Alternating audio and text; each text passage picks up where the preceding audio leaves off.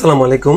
আমি ডাক্তার মোহাম্মদ জাহিদুল ইসলাম, মেডিসিনের বক্ষব্যাধি বিশেষজ্ঞ, Noakhali medical college. Sabina Akter 35 years, 35 বছর বয়সের একজন মহিলা আমার কাছে আসেন প্রেশারের সমস্যা নিয়ে। উনি আসার পরে ওনাকে আমি প্রেশারের ওষুধ দিই, কিন্তু কোনো গ্যাস্ট্রিক ওষুধ দেইনি। দেওয়ার পর উনি খুব মনক্ষুণ্ণ হয়ে আমাকে বলেন যে স্যার, প্রেশারের ওষুধ দিলেন কিন্তু গ্যাস্ট্রিকের ওষুধ দেন নাই। আমি বললাম যে প্রেশারের ওষুধের সাথে গ্যাস্ট্রিকের ওষুধ দিতে হবে এমন তো কোনো কথা নেই, আপনার যে কোনো গ্যাস্ট্রিকের সমস্যা আছে? বলে না স্যার, এটা দিতে হয়। আরেকজন রুগী নুরুজ্জামান, 75 বছর বয়স, শ্বাসকষ্ট কাশি নিয়ে আসেন। ওনাকে আমি শ্বাসকষ্টের ওষুধ দিই, কিন্তু ওনাকে কোনো গ্যাস্ট্রিকের ওষুধ দেয়নি।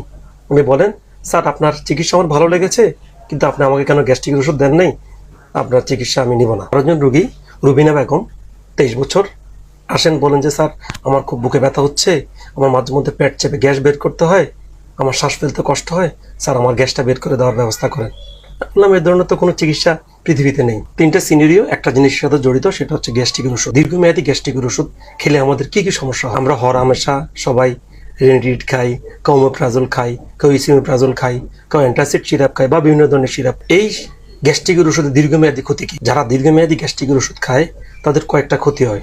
একটা হচ্ছে আর্থিক ক্ষতি, শুধু টাকা খরচ হচ্ছে। সব ওষুধের সাথে গ্যাস্ট্রিকের ওষুধ খেতে হবে এমন কোনো নিয়ম নেই। দ্বিতীয় নম্বর ক্ষতি হচ্ছে যে তাদের কিছু জিনিসের ডেফিসিয়েন্সি হয়, অর্থাৎ যারা গ্যাস্ট্রিকের ওষুধ খায় অনেকের দেখা যায় ক্যালসিয়াম অ্যাবজর্ব হয় না, হাড় ক্ষয় হয়, অস্টিওপোরোসিস অর্থাৎ হাড় ভেঙে যায়। আরো ধরনের রোগীদের কি হয়? মাথা ব্যথা হয়, অবসাদ লাগে, পায়ে ঝিমঝিম করে, ভিটামিন ডেফিসিয়েন্সি।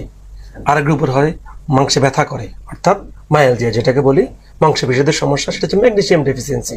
আর সবচেয়ে বড় অ্যালার্মিং ফিচার হচ্ছে যে গ্যাস্ট্রিক ওষুধ খেলে কিডনির সমস্যা হয়, যারা অ্যান্টাসিড জাতীয় গ্যাস্ট্রিক ওষুধ খায়। তাহলে দেখেন, গ্যাস্ট্রিকের ওষুধ খাওয়ার প্রতিক্রিয়াগুলো হচ্ছে ক্ষতিকর দীর্ঘমেয়াদী যারা খায়। আরও সবচেয়ে বড় সমস্যা যেটা হয়, গ্যাস্ট্রিকের ওষুধ যারা দীর্ঘমেয়াদী খায়, আমাদের পেটে গ্যাস্ট্রিক একটা এনভায়রনমেন্ট আছে, এটা হচ্ছে অ্যাসিডিক। এই এনভায়রনমেন্টের কাজ কি? আমরা যে খাওয়াগুলো খাই তার সাথে কিছু ব্যাকটেরিয়া ঢুকে ওই ব্যাকটেরিয়াকে কিল করে। বিভিন্ন ধরনের ব্যাকটেরিয়া আছে, এগুলাকে অ্যাসিডগুলো কিল করে। এখন যারা দীর্ঘমেয়াদী গ্যাস্ট্রিকের ওষুধ খায়, ওই অ্যাসিডিক এনভায়রনমেন্ট থাকে না, অর্থাৎ সেখানে বিভিন্ন ধরনের জীবাণু জন্মা যায়, যার কারণে ব্যাকটেরিয়া ইনফেকশন হয়, পেট ফুলে যায়, পাতলা পায়খানা হয়, ডায়রিয়া হয়। আরও সবচেয়ে মারাত্মক যেটা হয়, এটা এইচ পাইলোরি নামে একটা ব্যাকটেরিয়া ইনফেকশন হয়, যার কারণে গ্যাস্ট্রিক ক্যান্সার হয়। তাহলে দেখেন, গ্যাস্ট্রিক ওষুধ খেলে গ্যাস্ট্রিক ক্যান্সার হয়, এটা খুব অ্যালার্মিং ফিচার। আমাদের এই গ্যাস্ট্রিক সমস্যা থেকে মুক্তি পেতে হলে কিছু জিনিস আমাদেরকে অ্যাভয়েড করতে হবে। অর্থাৎ যারা বাইরে রেগুলার হোটেলে খায়, আমরা এই খাওয়াগুলো খাবো না।